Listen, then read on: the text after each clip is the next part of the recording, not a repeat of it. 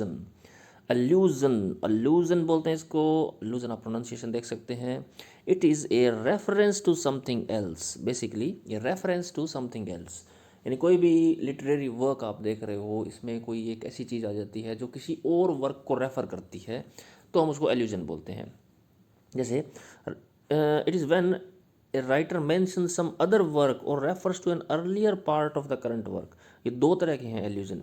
या तो ये हो सकता है कि किसी और वर्क का रेफरेंस दे दे, यानी किसी एक बुक में किसी दूसरी बुक की या दूसरे वर्क का रेफरेंस दे दे, या कई बार क्या होता है कि उसी बुक में पहले आई हुई जो इंसिडेंट्स होती हैं उनका रेफरेंस दे दे। तो रेफरेंस को ही बेसिकली हम एल्यूजन बोलते हैं। In literature is frequently use to reference cultural works. अब इसके एग्जाम्पल देंगे तब आपको इजीली समझ में आ जाएगा। और हर जगह ये पाया जाता है, इसमें तो यही है। और इसको वर्ब में जब कोई आदमी एल्यूजन देता है तो हम उसको कहते हैं वो एल्यूड कर रहा है, ये इसकी वर्ब है एल्यूड। एल्यूजन नाउन हो गया। So alluding to something is the same thing as to making an allusion to it. For example, अब एग्जाम्पल से हमें ज़्यादा समझ आता है। You are acting like such a Scrooge. अब किसी ने ये बोला, मान लीजिए you are acting like such a Scrooge, कि तुम स्क्रूज की तरह बिहेवियर कर रहे हो। अब हमें पता ही नहीं है कि स्क्रूज कौन होता है, तो हम इसको एल्यूजन बोलते हैं। किसी चीज़ का रेफरेंस दिया है, स्क्रूज का रेफरेंस दिया। अब स्क्रूज क्या है? ये डिकन्स की एक नॉवल है, एक क्रिसमस कैरल। इसमें आता है एक स्क्रूज नाम का character. This line means that the person is being miserly and selfish. तो उसमें जो डिकन्स का क्रिसमस कैरल है उसके अंदर जो स्क्रूज नाम का कैरेक्टर है वो बहुत ही कंजूस है और सेल्फिश है। तो हम किसी आदमी को कंजूस कहने की बजाय हम कह देते हैं कि तुम तो स्क्रूज जैसे हो। अब स्क्रूज क्या हो गया? किसी एक बुक का रेफरेंस हो गया कैरेक्टर का।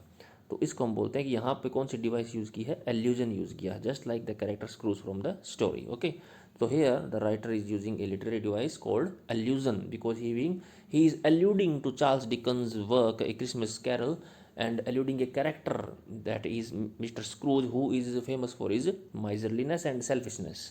Okay, एग्जाम्पल और देख लेते हैं इसमें। या ओपन अप पेंडोराज बॉक्स, ये एक इडियम है ना, पेंडोरा का बॉक्स को खोल देना।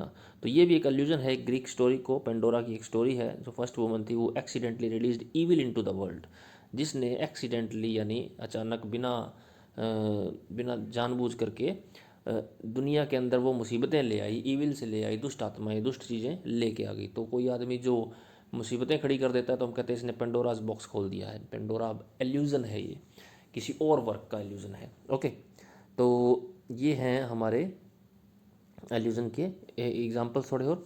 आई didn't have any bus fare but fortunately some good Samaritan help me out. अब गुड स्मैरिटन आपने सुना ही होगा, उस व्यक्ति को कहते हैं जो भला करता है लोगों का, गुड स्मैरिटन। तो गुड स्मैरिटन एक्चुअल में क्या है? वो बाइबल से लिया गया है, बिब्लिकल स्टोरी से लिया गया है। गुड स्मैरिटन फ्रॉम ल्यूक 10, ये तो इसका रेफरेंस हो गया। चलो, good Samaritan is someone who helps other in need just as the Samaritan does in the story. तो स्टोरी के अंदर जो काम स्मैरिटन करता है, सबकी भलाई करता है, तो वो ही काम वो किसी को जब कोई और आदमी करता है तो हम उसको ये बोल देते हैं।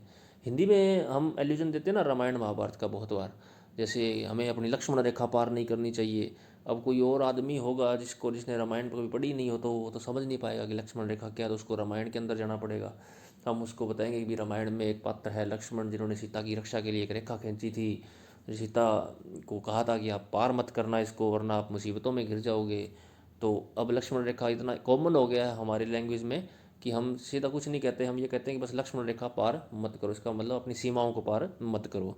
तो ये एक एल्यूजन हो गया, एक फेमस एग्जांपल हो गया एल्यूजन का। फिल्मों में से भी हम कई बार दे देते हैं उदाहरण कि बड़ा गब्बर सिंह बना फिरता है। गब्बर सिंह कौन था? एक डाकू था, बहुत ही खूंखार था। तो इस तरह से जब कोई आदमी खूंखार होता है तो हम उसको गब्बर सिंह बोल देते हैं, तो एल्यूजन हो जाता है ये। तो लगभग हर लिटरेचर के वर्क में ये पाया जाता है। ओके, तो इम्पोर्टेंस क्या है? As we saw in the definition, allusion generally falls into two categories. तो कैटेगरीज की टू है, एक्सटर्नल है और इंटरनल है। अब एक्सटर्नल तो आपको पता ही है, भी कोई बुक हम पढ़ रहे हैं और किसी दूसरी बुक का रेफरेंस दे दिया। जैसे हमने कोई भी बुक पढ़ रहे हैं, कोई भी स्टोरी की बुक पढ़ रहे हैं और मान लो उसमें रामायण का आ गया, महाभारत का आ गया, बाइबल का आ गया, तो ये एक्सटर्नल एल्यूजन हो गए हैं।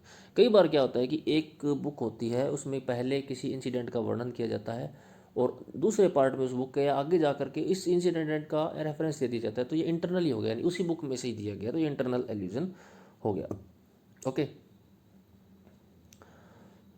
ये हार्ड होता है कैच करने में, हार्डर टू कैच है, क्योंकि कई बार हमने वो बुक ढंग से नहीं पढ़ी होती और आगे जाके उसी का एल्यूजन मिल जाता है तो हम पता नहीं लगा पाते हैं ये। ओके, सो ये थोड़ा सा एक क्विज है नीचे, अब आपको पता लग गया होगा कि व्हाट इज़ एन एल्यूजन। तो एल्यूजन क्या होता है आपको पता होगा, एल्यूजन है ये reference. Okay, and internal allusion कौन सा होता है अब आप बता सकते हो आराम से।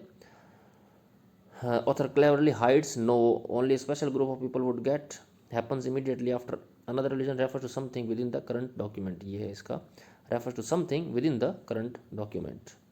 Okay, what we difference between foreshadowing and allusion, इसके लिए हमें पहले फोरशैडोइंग पढ़ना पड़ेगा, फिर हम एल्यूजन के बारे में बता सकते हैं। लेकिन फोरशैडोइंग जो है इसका ए आंसर होगा, is an allusion to something that hasn't happened yet. जो जब तक अभी तक हुआ ही नहीं है उसके पहले ही उसके बारे में पहले ही बता देना, ये फोरशैडोइंग है। Okay students, I hope you have understood it well. Is there any question you can comment me, I will try my best to help you. Okay, good bye, good luck.